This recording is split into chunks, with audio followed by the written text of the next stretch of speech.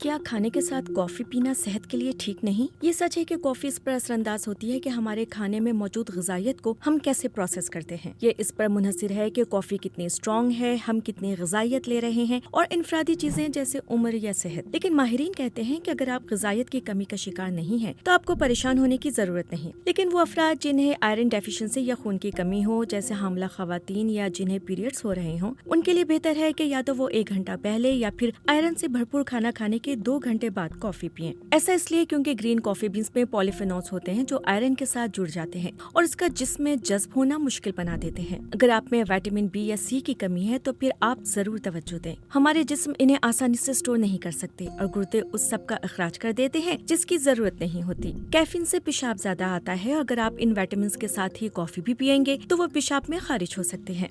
اس بات کے بھی شواہد ہیں کہ کیفین کے استعمال سے پیشاب میں زیادہ کیلشیم ضائع ہو سکتا ہے، لیکن یہ واضح نہیں کہ اس کے ہماری ہڈیوں کی صحت پر اثرات ہوتے ہیں یا نہیں۔ لیکن اگر آپ کی خوراک میں کافی کیلشیم نہیں یا آپ کو آسٹوپروسس ہے یا ہڈیاں کمزور ہیں تو آپ کو دن میں 4 کپ سے زیادہ کافی نہیں پینی چاہیے۔